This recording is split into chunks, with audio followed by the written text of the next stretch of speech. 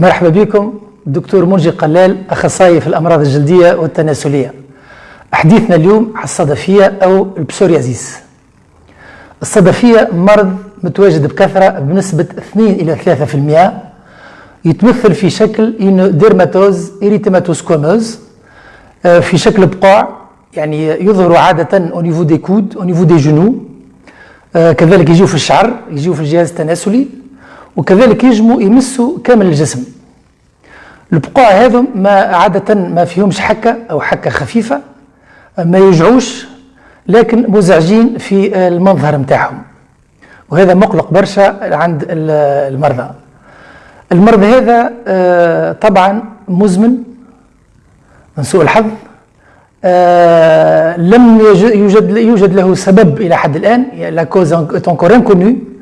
Maintenant, les recherches sont d'arrache-pied pour trouver une solution.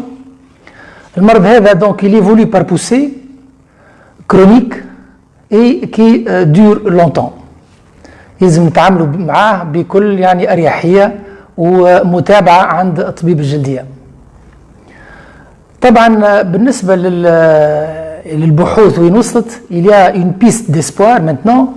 Les chercheurs maintenant ils sont arrivés à trouver ils ont identifié 3 gènes, dont un gène qui ouvre vraiment une piste thérapeutique, bien sûr pour certains types de psoriasis مش أي صدفية. donc هنا وإحنا ننتظروا في الحلول. المرض هذا الصدفية يمس كافة الأعمار، لكن عادة في سن من 20 إلى 40 سنة. يجي كذلك عند الأطفال، يجي عند الإناث، عند الذكور. وشكل الصدفية يختلف، ثم صدفية جافة دي بلاك إريتيماتوسكوموز، وثم الصدفية كذلك يتسمى البسوريازيس انفيرسي، يجي au niveau des plis. وثم كذلك صدفية تمس كامل الجسم، يعني البسوريازيس الإريتروديرمي بسوريازيك. وثم كذلك صدفية تمس إلا لي بوم et les plans des pieds. صدفية مبللة تتسمى البسوريازيس بيستولو. وثم كذلك أنواع صدفية تقعد سنوات وسنوات تمس إلا منطقة معينة، وهي خاصة الشعر أو الجهاز التناسلي.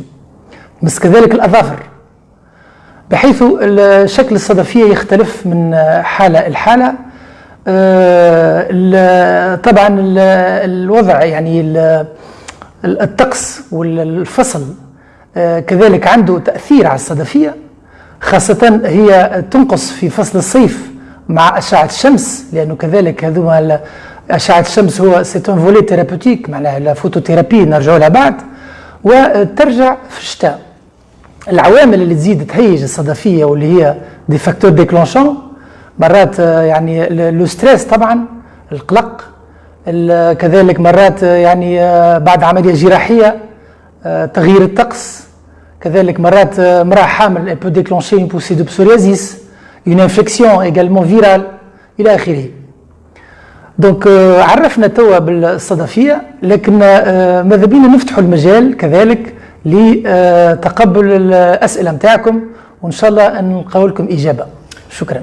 يعطيك الصحة دكتور منجي قلال على التدخل هذايا، ونذكروا مشاهدينا اليوم اللي موضوعنا هو الصدفية أو ما يعرف بالبسوريازيس. ونبدأ بالسؤال الأول اللي يجينا من عند مدام أحلام. عندي في شعري في آخر الرأس الصدفية، هل تنتقل إلى كامل الجسم أو لا يا دكتور؟ طبعا الصدفية comme elle se définit, l'évolution du psoriasis elle est imprévisible. يعني يجم المكان هذاك يقعد سنوات عديدة في الشعر، يجم كذلك يظهر في مناطق أخرى في الجسم، خاصة في au niveau des coudes des genoux. واضح دكتور. ما هو مدام مريم نور تسألك تقول لك ما هو علاج صدفية الشعر؟ طبعا أول شيء لابد من توجه إلى طبيب الجلدية باش يشخص الحالة، هل هي صدفية أم هي مش صدفية، لأنه الصدفية كذلك يعني ثم أمراض أخرى تكتسي شكل الصدفية، وهذا يعني إذا كان تصرف علاج يعني للصدفية وتشخيص يكون مش صحيح، تولي معناها ممكن تتفاقم الحالة متاعها. ولذا الأنجع كوني تتصل بطبيب الجلدية باش ياخذ لها ممكن عينة. هو عادة التشخيص راهو يعني سيتون دياغنوستيك كلينيك، يعني الطبيب ما يستحقش يعمل تحاليل أو أخذ عينة إلا في بعض الحالات النادرة وين يلتجأ الطبيب باش ياخذ عينة ويزيد يقيم يشخص الحالة ويصرف العلاج الناجع. واضح دكتور. مدام آمنة تسألك تقول لك est-ce que le déclenchement peut être à cause du stress? Effectivement, هذا قلناه. Le stress est un facteur déclenchant pratiquement de beaucoup de maladies même.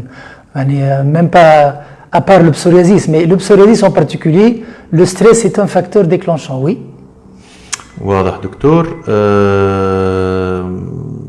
سي علال يسألك يقول لك عندي صدفية في اليدين، هذا وقت عودتها وهل تشقق الشفاه تابع لها؟ هل العلم بالعلم أني أجريت تحاليل أثبتت أنها صدفية؟ الصدفية هي مرض مزمن لابد من يعني لازم يعالج باستمرار عن طبيب الجلدية باش يصرف له العلاج الناجع. وكما قلنا في البداية في المقدمة قلنا ثم une piste d'espoir. Les chercheurs sont sur une très bonne voie اللي هي مش تخول لهم بوجود الأدوية إن شاء الله. Il y a eu une donc identification de 3 gènes dont un gène particulier qui va aboutir à une thérapeutique peut-être probable, mais bien sûr pour certains types de psoriasis.